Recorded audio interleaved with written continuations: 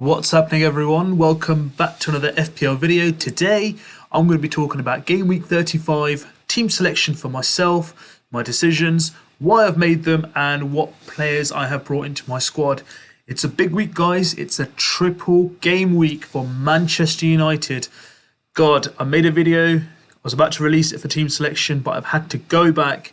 What a waste of time and make this again. So this is a new edited version of the latest game week fixtures that's been released yesterday for the triple game week for Manchester United. But before we begin and I'll go through all my decisions and my team selections, please, if you're welcome to my channel for the first time, if you're here for the first time, welcome. If you've been here before, welcome back. If you haven't hit the subscribe button yet, please join the family, hit the subscribe button, help me get close to the 500 mark. We've started to gain pace now and we're getting closer to that mark by the end of this season. If I can get there, I'll win that PS5 that I've got a bet on with one of my friends. Also, if you like the video and you like this content about the triple captain week, hit that like button. In addition, hit the notification icon to get the latest notifications for my content whenever it is released. So let's get cracking, guys. How is everyone? How was your game week 34? Bit of a miserable one for me. I got above average, but didn't work out too well because of the cancellation of the United versus Liverpool game. But that game has been rescheduled and it will be played on 13th May. So it's kind of like moved along. You know, I made videos for my captaincy, top 5 picks, and the original team selection video I made was all around a double game week. However, this is the first time in my career since I've been playing this game, I think since 2014, that there's a triple game week. So yeah, the excitement's here. We're going to go through my transfers, my team selection, who I've got in and who I've benched. And I'll be also taking the questions that you guys have sent through to me, what you guys need help with, and we can go through all of that as we go along. So, to begin with, before I take any questions, I will go through my transfers that I've made for this week, why I've made them, who I've brought in, who I've taken out, and how we're going to go about it from there. So, I've done 3 transfers. So I've taken a -8 point hit. So the first one I did was Aliovski. Went out for, I think you pronounce it is, give me a second. So Pascal Schruch, I think that's how you pronounce it. So I brought him in defence, but he's on my bench. The second transfer I did was, this was before the triple game week, was Mason Greenwood for Diego Jota. And the third transfer that I did was Iheanacho for Patrick Bamford. In terms of Bamford, he's only got a single game week, which is Tottenham, but Iheanacho's got a double game week where he'll be playing Newcastle and Manchester United. So those are the 3 transfers I've made. So let's go through my squad, what my rationale is behind it, and what I believe in regards to my squad and my reasoning for picking these players. So in goal, it's going to be Martinez, who's going to be playing Manchester United and Everton. In terms of team-wise here, I've got 3 players who are playing triple game week from United. So I've got 1, 2, 3. 3 players that are going to be playing a single game week. And 1, 2, 3, 4. 4 players that are going to be playing at least a double game week. So for me, there's a lot of potential points on here. I had a pick up between Son and Lingard, who's playing Everton, or Son is playing Leeds, and I decided to stay with Son. So Lingard is on my bench. So if anyone doesn't play and someone needs to come on, I've got 2 players on my bench that are going to be, ready to come on in their place. So Martinez in goal, Manchester United followed by Everton. You got Dallas, who's going to be playing Tottenham. Luke Shaw, who's got the triple game week against Aston Villa, Leicester and Liverpool. Konsa, he's going to be playing Manchester United and Everton. Leeds for Son, Salah, Southampton, Manchester United. Again, Fernandes, Greenwood, the triple game week fixtures. Watkins, again, Manchester United and Everton. Iheanacho, Newcastle and Manchester United, and Leeds are going to be playing Tottenham for Kane. So let me go through the breakdown of the fixtures for you guys. Okay, so this game week starts on the Friday the 7th of May, which is going to be at 8 o'clock. So the deadline is 6:30, so please get your squads in before there. So let me break it down for you. So United are going to be playing Aston Villa on Sunday. Originally they played today, where they're going to be playing their second leg of the Europa League, which is tonight against Roma. So they'll be followed by Villa on Sunday, followed by Leicester on Tuesday, and Liverpool on Thursday, and then Fulham on Sunday again. So in literally 10 days, they've got 5 games. It's pretty much like Christmas all over again. It's great for fantasy managers. The only risk of these 3 games is the risk of rotation. Now, will Luke Shaw play all 3 games? Will Fernandes play all 3 games in the Premier League? Will Greenwood get all 3 games? So there's always that risk of rotation. But I think these are the 3 that I would definitely keep from the squad of United. In terms of the only other player I'd consider is potentially Marcus Rashford. But even then, there's a risk of rotation personally between those games as well. So that is United in terms of what their games are and what's going to be coming ahead. Any other fixtures that stand out for me, which I believe will be game weeks to focus on. I think Crystal Palace have got a good 2 games. Sheffield United away and Southampton away. Now, they're 2 away games, but if you've got Wilfried Zaha, I think this is a good time to have him in this game week, or maybe Eze. So it's worth considering maybe Benteke as well. So they've got good prominent fixtures in this game week. Chelsea tried to avoid them. They've got Manchester City and Arsenal. They've just come along after a fantastic victory in a semi-final against Real Madrid. So again, risk of rotation. Yes, they're going for the top 4 places, but these 2 games are going to be really interesting. But there's the Champions League final first original preview this weekend for Chelsea versus Man City. So that'll be worth watching as well. So let's go through a few questions, guys, that you guys have sent through to me. Who's my new best captain choice for the triple game week? And my answer was Fernandes. Now, if you want to go differential, in terms of Fernandes, it's because he's got high ownership. So if we look at his ownership, he's around 55% ownership. Whereas there's Rashford as well, who's got just around 9.9% of ownership at the moment. The only thing that kind of stands out for me in terms of Bruno is probably the minutes. He'll probably play a lot more. In addition, look at his stats. This season so far, 16 goals, 13 assists. He looked remarkable in that 6-2 win against Roma. He's starting to come back into a bit of form. Yes, he's had a bit of a dry, lean patch in the Premier League. But for me, he's on corners, short free kicks, long free kicks, penalties, so set pieces as well. There's no reason why he won't get another chance, or at least one chance out of these 3 games. So there's a lot of scope in terms of getting a return from them from Bruno. So that's my captain's choice. He was originally my captain's choice with the double game week, which was Aston Villa Leicester. But now with Liverpool, it's kind of solidified it even more. I think out of the 3 games, if there was meant to be any rotation, I think it might be against Leicester. I think. But we'll have to wait and see. There could be a rotation in the Aston Villa game. Not too sure yet, but we'll see how Ollie plays it by ear. But for me, Fernandes is going to be my favourite in terms of choice for captaincy for this week. The next question I had was, who's my unique pick of the week? So for me, if I had to go differential-wise, guys, my unique pick of the week is Wilfried Zaha. So I saw a glimpse of some kind of form coming back from him in his last game week. He got a return as well in terms of fantasy. Looking sharp and hungry after his absence from the game. So he's been injured for a while, came back, shown some promise, and I generally believe that. Now looking forward to these 2 games he's got coming up to play as well, then there is no reason why he cannot actually get a good return for you guys. And if you want to actually captain him and he gets a return, good differential, isn't owned by much. So we can have a look as well in terms of his ownership. So let's have a look at Wolfie, Crystal Palace, Zaha. So he's got 9.8% of ownership. Now, out of that, how many people will be brave enough to captain him in a triple game week for Manchester United? Not many, I tell you, but in terms of his fixtures, they do look very friendly. Sheffield United and Southampton. Yes, for this game week, that is for me going to be my differential for this game week, for game week 35, if I was to play it.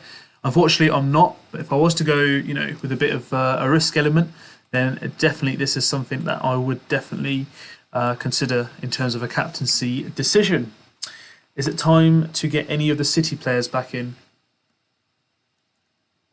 Well, not just yet, personally, because there's no double game week for City.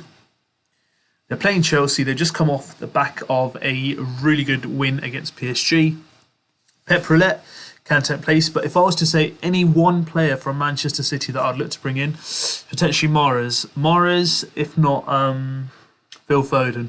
But again, it's that risk of rotation. Will they be playing this weekend? I'm not too sure. They pretty much almost got their hands on the trophy now for the Premier League, so we'll have to wait and see. But for me, it's not for this game week. Maybe game week 36, I may consider bringing back a few players from City itself. But we'll have to wait and see, guys, because also you need to remember there is the FA Cup final coming as well, so there'll be a blank game week there potentially. So there might be a double game week for City coming up soon, but we'll have to wait for the fixtures to be rescheduled and re-announced for those. The next question I had was Jota or Greenwood.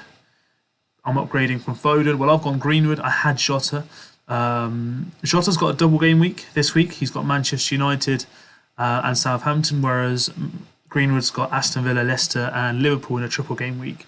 So for me, I would recommend Greenwood personally. I think he's shown a lot of promise. Even when he comes on from the bench, guys, he's got a lot of promise, a lot of attacking nature. He's got a lot of hunger to go in and really make that difference. And he's making a push for the England squad, guys. He's gone a lot under the kind of radar, but I think Gareth Southgate may have his eye on him at the moment to see if he can really push for that position. The next question I had was Cavani. Is he a must considering the triple game week? I mean, why not? He won't probably play every single game. He may be rested for one of the three. But if he comes on as a sub-experience, everyone knows his quality, his ability, his current form. So, if you want to go differential and you want to take Kane out for a week potentially and play Cavani, I think playing Cavani will be probably a better option than Kane. But Kane bags a hat-trick, then I might have just jinxed myself, eh? But yeah, I mean, Cavani is a good prospect, but again, it's just that risk of rotation because of his age, and he does get rotated quite frequently just to keep him fresh. That's the only reason I would consider maybe not going for Cavani, maybe thinking of alternative players from Manchester United, which include Rashford, Greenwood, maybe even Pogba. I might say even Pogba as well. So let's see and wait for what decisions Mr. Solskjaer makes for United. How many double game week players are enough? I mean, you've got triple game week players in there as well. I mean, I was aiming for 9, so I've got 3 players who are single game week players. So I've got 8 in my team at the moment. 9 would have been good, but if you got anywhere around 8 plus, then I think you're doing a good job. But 9 for me would have been a good number. But the fact that I've got 3 players who are playing triple game week kind of solidifies my argument having 3 single game week players. So there's a bit of a balance there for me. Will Pogba start, and if he does, will he play all 3 games? Now, for me, again, it's the risk of rotation. He's playing extremely well.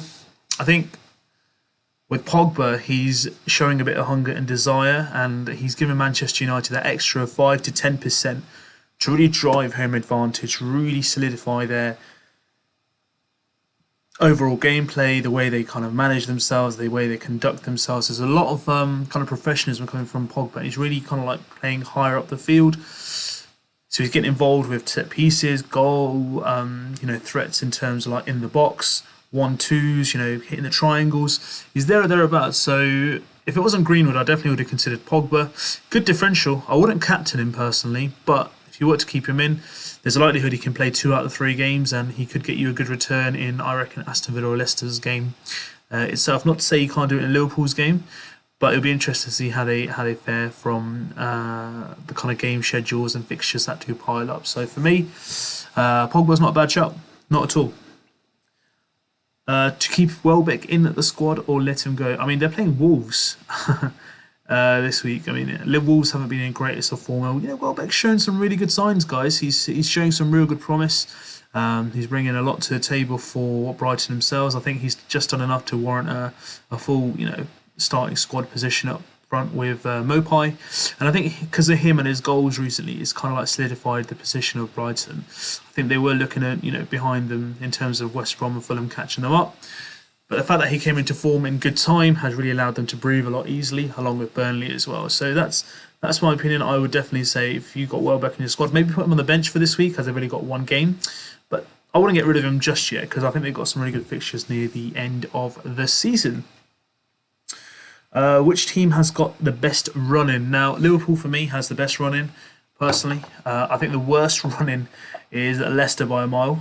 So I can show you Liverpool's run-in. So I'll show you the greenery here. So barring the Manchester United game, they've got Southampton, West Brom, Burnley and Crystal Palace. So again, a lot of prospect of good points there.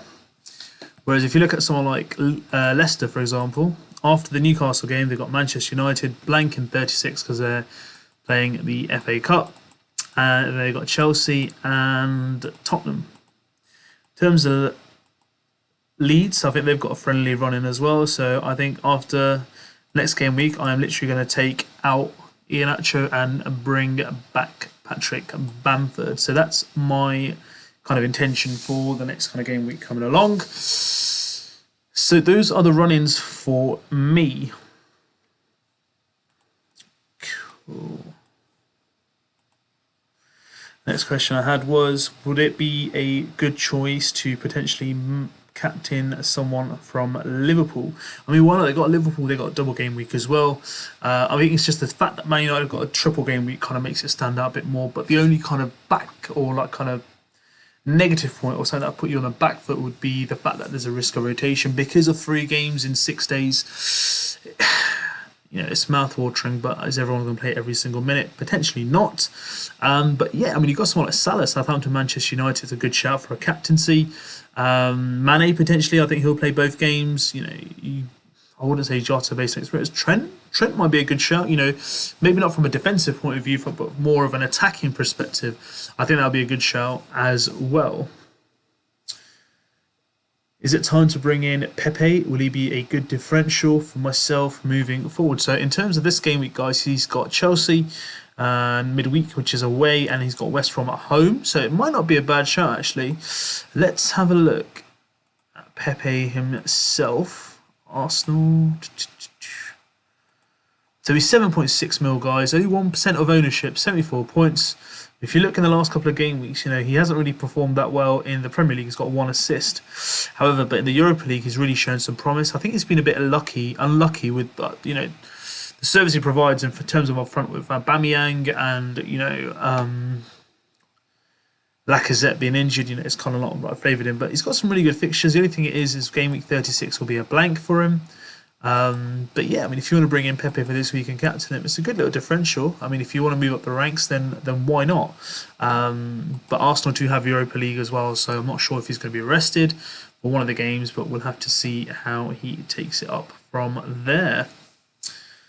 Cool. The next question I have is, I have a triple captain to play. Is it wise to play this game week on Bruno? I mean, wow, you still got your triple captain, eh? Now that is what you call risk or reward or patiency. Patience that you've shown, giving you reward. I mean, if I had a triple captaincy now, definitely I would have pinned it on Bruno Fernandes. And people are also asking me, you know, is it worth playing it this week? Of course. I mean, you've got players got 3 game weeks to go for. Yes, he might not play every single game minute, but the potential of going big is ridiculous. You know, let's say, I'll give you an example. Let's say he hits 15 points. 3 games, that's 45 points he's going to take away. So that's something to wait and see, to see how they come forward. But for me, if you've got a triple captain, go for it. I have a wild card. Is it time for me to play my wild card? I mean, yeah, if you've got transfers to make and, you know, it's going to take you over the hit points, then why not? This is a great time to kind of set yourself up for the last burst. And if you've kept it this long, you know, you really deserve to use it now more than ever. Get 3 United players in, top up on some Leeds players, get some Spurs players in, and Liverpool should be a good end to the season for you in that regards. I also have my free hit left. Can I play my free hit for this game week? I mean, yeah. I mean, there's some really good fixtures to bring in. Obviously, 3 United players. I think, you know, if someone was going to bring in Iheanacho from Leicester, probably Salah or maybe Mane from Liverpool, I would say potentially look at maybe Everton players, so someone like a Sigurdsson or a DCL might be a good shout. Looking at defenders as well. We're all looking at attackers, but we need to look at some defenders in there as well. So, you know, I've got Shaw in there, maybe Harry Maguire, Van Bissaka, you know, for Liverpool, Trent, Robertson. You know, from Leicester, you've got Fofana, Castagna, Johnny Evans, you know, Konsa from Everton. Van Aanholt from Crystal Palace might be a good shout, you know, in terms of their fixtures as well. Matt Target, you know, Tyrone Mings from Aston Villa. So there's quite a few, you know, players that we can really look at in terms of, you know, free hit and using it. So this is a great time to actually use it, guys, in my opinion. So free hit will be a good shout to play right now. And I've got a question asking me, what do I believe is going to be the top 4 this season? Ooh. 4 weeks in advance. I generally believe, obviously, the 2 Manchester clubs will be number 1 and 2. Number 3, I think Leicester. And number 4, I think Chelsea. I think Chelsea might pip it. I don't think they're going to put all their eggs in one basket to win the Champions League, because that's not going to look as easy as it seems. I think Chelsea will get the 4th position, followed closely by Liverpool. Spurs, an outside chance. Can they actually get a good run in at the end? West Ham, best of luck to them. They're a dark horse, and I wish them the best of luck. I really do hope that they can string a surprise, but that's just me being honest in my opinion. If West Ham get there, that'll be an absolute phenomenal achievement from them itself. So, again, just to remind you guys, it is a triple game week for Manchester United. So if you've already made your transfers, maybe worth considering again and looking into your kind of strategy itself.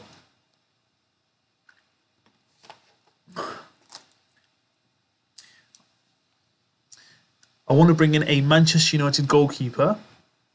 Who would you bring in, De Gea or Henderson? For me personally, if I was to bring in out of one of them two, I think De Gea is now more for Europa League and Henderson's playing Premier League. I think personally I'd bring in Henderson, but have a strong goalkeeper in backup. So have like a first team starter just in case.